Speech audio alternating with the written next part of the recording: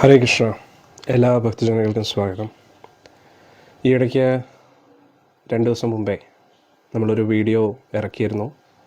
കുറേ ഭക്തർക്ക് ഒരു സംശയമുണ്ടായിരുന്നു, അയോധ്യയിൽ നടന്ന പ്രാണപ്രതിഷ്ഠ കറക്റ്റാണോ എന്ന്. അന്നേരം ആധികാരികമായിട്ടുള്ള രീതിയിൽ നമ്മളൊരു വിശദീകരണം നൽകിയിരുന്നു.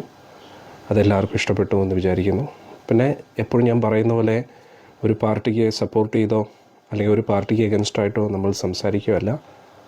ശാസ്ത്രാനുസൃതമായിട്ട് ആധികാരികമായിട്ടുള്ള ഗുരുശിഷ്യ പരമ്പര അനുസരിച്ചുള്ള അറിവുകളാണ് നമ്മൾ എല്ലാവരുമായിട്ട് ഷെയർ ചെയ്യുന്നത്. അതിനെക്കുറിച്ച് തന്നെ കുറച്ച് ഭക്തർ എനിക്ക് കമൻസിൽ ചോദിച്ചിരുന്നു. അതായത് പൊതുവെ ഗുരുവായൂർ ക്ഷേത്രത്തിൽ ഇതുമായിട്ട് ബന്ധപ്പെട്ട സംശയം തന്നെയാണ്.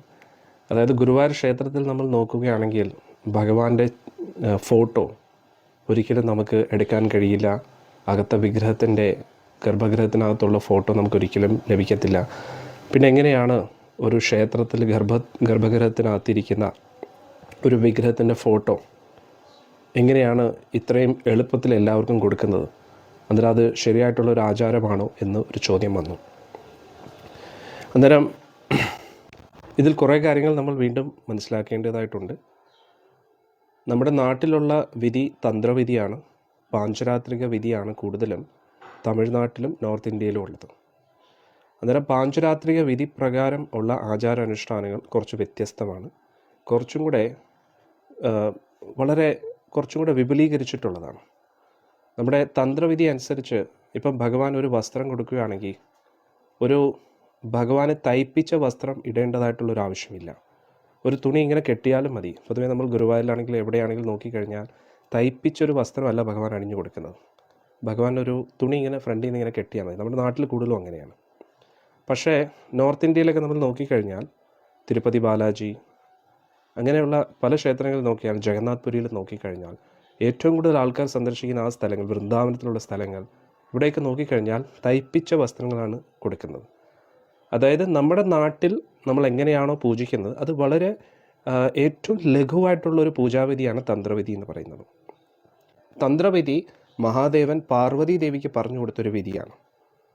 അത് ശങ്കരാചാര്യർ വഴി നമ്മൾ നാട്ടിൽ ആ ഒരു പരമ്പര അനുസരിച്ച് നമ്മൾ ഫോളോ ചെയ്യുന്നു. അത് വളരെ കറക്റ്റാണ്.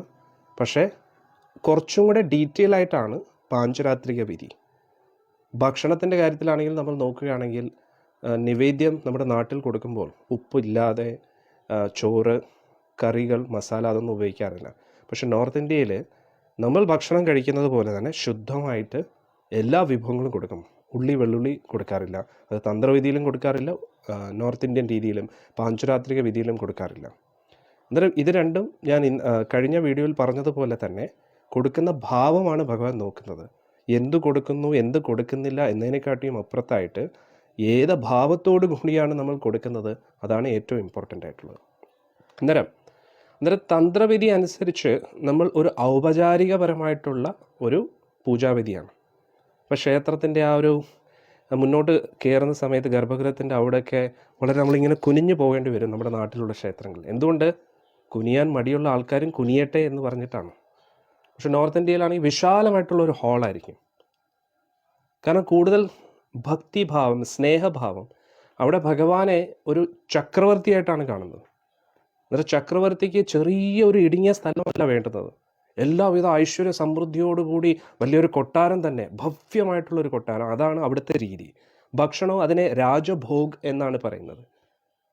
അന്നേരം നമ്മൾ വളരെ ലളിതമായിട്ടുള്ളൊരു ഭക്ഷണം കൊടുക്കുമ്പോൾ അവിടെ ഏറ്റവും പ്രൗഢിയോടുകൂടി ഭഗവാനെ ഒരു ചക്രവർത്തിയായിട്ടും എല്ലാവിധ സ്നേഹത്തോടും വാത്സല്യഭാവത്തോടും കൂടിയാണ് ഭഗവാനെ നോക്കുന്നത്. അന്നേരം രണ്ടായാലും ഭഗവാൻ നോക്കുന്നത് ഭാവമാണ്. എന്ത് കൊടുക്കുന്നു അല്ല, എന്തിനു കൊടുക്കുന്നു, എങ്ങനെ കൊടുക്കുന്നു, അത് വളരെ ഇമ്പോർട്ടൻ്റ് ആണ്. പക്ഷെ രണ്ടാണെങ്കിലും ആധികാരികമായിട്ടുള്ളൊരു പരമ്പരയിലൂടെ തന്നെയാണ് വിധി നടക്കുന്നത്. അന്നേരം നമ്മുടെ വിധി നോക്കിയിട്ട് അവരുടെ വിധി തെറ്റാണെന്ന് പറയാൻ കഴിയില്ല. എന്നിട്ട് അവരുടെ വിധി നോക്കിയിട്ട് നമ്മുടെ വിധി തെറ്റാണെന്ന് പറയാൻ കഴിയില്ല. അന്നേരം ആചാരാനുഷ്ഠാന പ്രകാരം തന്നെയാണ് എല്ലാ കാര്യങ്ങളും നടക്കുന്നത്. അന്നേരം ഈ തന്ത്രവിധിയുടെ അതേ രീതിയിൽ തന്നെ നമ്മൾ നോക്കുകയാണെങ്കിൽ ഫോട്ടോ നമ്മൾ പൊതുവേ നമ്മുടെ ക്ഷേത്രത്തിന് അനുവദിക്കാറില്ല. പക്ഷെ നോർത്ത് ഇന്ത്യയിൽ അലൗഡാണ്. കാരണം അവിടെ ഭഗവാനെ ഒരു വ്യക്തിയായിട്ടാണ് കാണുന്നത്. പക്ഷേ അങ്ങനെ നോക്കുമ്പോൾ ഗുരുവായൂർ ക്ഷേത്രത്തിൽ അകത്ത് ഫോട്ടോ അലൗഡ് അല്ലെങ്കിൽ പോലും കൊടിമരത്തിൻ്റെ അവിടെ പല ആൾക്കാരും തിരിഞ്ഞു നിന്ന് സെൽഫി എടുക്കാറുണ്ട്. അന്നേരം ആരും എതിർക്കാറില്ല. അത് ക്ഷേത്രാങ്കണത്തിൽ ഭഗവാനെ നോക്കി തിരിഞ്ഞ് ഇരുന്ന് ഫോട്ടോ സെൽഫി എടുക്കുന്ന അതും തെറ്റല്ലേ? അല്ലേ? എന്നിട്ട് അവിടെ വെച്ചും ആൾക്കാർ ഫോട്ടോ എടുക്കാറുണ്ട്. അന്നേരം ഇതിനെ കുറ്റം പറയുന്നതല്ല, പക്ഷെ ഞാൻ പറയുവാണ്. അന്നേരം നമ്മൾ വിമർശിക്കുന്നതിന് മുമ്പേ നമ്മൾ ആലോചിച്ചിട്ടാണ് ചിന്തിക്കേണ്ടത്. ഞാൻ വീണ്ടും പറയുന്നു, ഇത് ആരെയും സപ്പോർട്ട് ചെയ്യാനോ എതിര് പറയാനോ അല്ല. നമ്മുടെ കൺഫ്യൂഷൻ നമ്മുടെ ഒരു ഡിസ്കസ് ചെയ്ത് സോൾവ് ചെയ്യാൻ ശ്രമിക്കുകയാണ്. അന്നേരം വൃന്ദാവനത്തിൽ എത്രയോ ക്ഷേത്രങ്ങളുണ്ട്. ആ ക്ഷേത്രത്തിൻ്റെയൊക്കെ ഫോട്ടോ നെറ്റിൽ അവൈലബിൾ ആണ്. ഭഗവാന്റെ ഫോട്ടോ എടുത്തതുകൊണ്ട് ഭഗവാന്റെ ചൈതന്യം കുറഞ്ഞൊന്നും പോകത്തില്ല. ഫോട്ടോയിലൂടെ ഭഗവാനുമായിട്ട് കൂടുതൽ അടുക്കാൻ വേണ്ടിയാണ്. ഇപ്പോൾ ഗുരുവായൂരിൽ നമ്മൾ വല്ലപ്പോഴും ഒക്കെ ആയിരിക്കും വരുന്നത്, പക്ഷെ നമ്മുടെ വീടുകളിൽ ഗുരുവായൂരപ്പൻ്റെ ചിത്രമില്ലേ? അന്നേരം അത് വരച്ചതാണ്. അന്നേരം ഒറിജിനൽ വിഗ്രഹത്തിൻ്റെ അതേ അനുരൂപത്തിൽ വരച്ചെടുക്കുകയാണ്. അന്ന് ഫോട്ടോ ഇല്ലായിരുന്നു, ഇന്ന് ഫോട്ടോ ഉണ്ട് എന്ന് വേണമെങ്കിലും നമുക്ക് കരുതാം. പക്ഷെ തീർച്ചയായിട്ടും പ്രധാനമായിട്ടും ഫോട്ടോ അലോ ചെയ്യാത്തതിൻ്റെ പ്രധാന കാരണം സെക്യൂരിറ്റി റീസൺസ് ആണ്. കള്ളന്മാർ എന്തെങ്കിലുമൊക്കെ നോട്ടമിടും, ഭഗവാന്റെ ആഭരണങ്ങളെ ശ്രദ്ധിക്കും. അങ്ങനെ തെറ്റായിട്ടുള്ള കണ്ണുകൾ ഭഗവാന്റെ അടുത്ത് വരണ്ട എന്ന് പറഞ്ഞിട്ടാണ് മീഡിയ പൊതുവെ അലോ ചെയ്യാത്തത്. അതുകൊണ്ട് ശ്രീരാമസ്വാമിയുടെ ഫോട്ടോ വന്നു എന്നതിൻ്റെ പേരിൽ അവിടെ ക്ഷേത്രം ആധികാരികമല്ല, വിഗ്രഹം ആധികാരികമല്ല, അതൊരു തെറ്റിദ്ധാരണയാണ്. പിന്നെ പ്രാണപ്രതിഷ്ഠയെക്കുറിച്ചും ഞാൻ വളരെ ഡീറ്റെയിൽ ആയിട്ട് ഇതിനു മുമ്പേ ഉള്ള വീഡിയോയിൽ പറഞ്ഞു. അതിൽ ഞാൻ ഒരു കാര്യം കൂടെ പറയാൻ ഉദ്ദേശിക്കുന്നു. ഈ വിഗ്രഹം സാധാരണ വിഗ്രഹമല്ല, സാളഗ്രാമ ശിലയിലാണ് കൊത്തിയെടുത്തിരിക്കുന്നത്. അന്നേരം സാളഗ്രാമ ശില എന്ന് പറഞ്ഞു കഴിഞ്ഞാൽ അതിൽ പ്രാണപ്രതിഷ്ഠയുടെ ആവശ്യമില്ല. അത് ഞാൻ കഴിഞ്ഞ വീഡിയോയിൽ പറഞ്ഞു, പക്ഷേ കൂടുതൽ ഡീറ്റെയിൽ ആയിട്ട് പറയാൻ മറന്നുപോയി. അതുകൊണ്ട് ഞാനിവിടെ പറയാൻ ഉദ്ദേശിക്കുന്നു. ഗണ്ഡകി നദിയിൽ നിന്നും വലിയ ടൺ കണക്കിന് ഭാരമുള്ള 2 വലിയ ശിലകളാണ് കൊണ്ടുവന്നത്. അതിലാണ് ശ്രീരാമസ്വാമിയുടെ രാം ലല്ല ലല്ല എന്ന് പറഞ്ഞാൽ കുഞ്ഞ്, നമ്മൾ ഉണ്ണിക്കണ്ണ എന്ന് പറയുന്നില്ല, താമരക്കണ്ണ, അതേപോലെ ശ്രീരാമ ഭഗവാന്റെ ബാലരൂപത്തെ കൊത്തിയെടുക്കുകയാണ്. അന്നേരം സാളഗ്രാമ ശിലയിൽ പ്രാണപ്രതിഷ്ഠയുടെ ആവശ്യമില്ല. സാളഗ്രാമം എന്ന് പറയുന്നത് പ്രത്യക്ഷ ഭഗവാനാണ്. അങ്ങനെ കുറേ കാര്യങ്ങളുണ്ട്.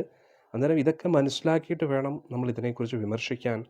ഒരു പാർട്ടിയെ അനുകൂലിച്ചുകൊണ്ട് നമ്മൾ ഭക്തിയെ ഒരു പാർട്ടി അജണ്ടയാക്കി മാറ്റരുത്. രാഷ്ട്രീയത്തിൻ്റെ പേരിൽ ഭക്തിക്ക് വിരുദ്ധമായിട്ട് നമ്മൾ പ്രവർത്തിക്കരുത്. ഭഗവാൻ എല്ലാവരുടേതുമാണ് എന്നാണ് നമ്മൾ മനസ്സിലാക്കേണ്ടത്. അന്നേരം എനിക്ക് തോന്നുന്നു ഇതിലൂടെ ആ സംശയം ക്ലാരിഫൈ ആയി എന്ന് വിചാരിക്കുന്നു. ഹരേ കൃഷ്ണ. എല്ലാവർക്കും നല്ലത് വരട്ടെ. ഹരേ കൃഷ്ണ.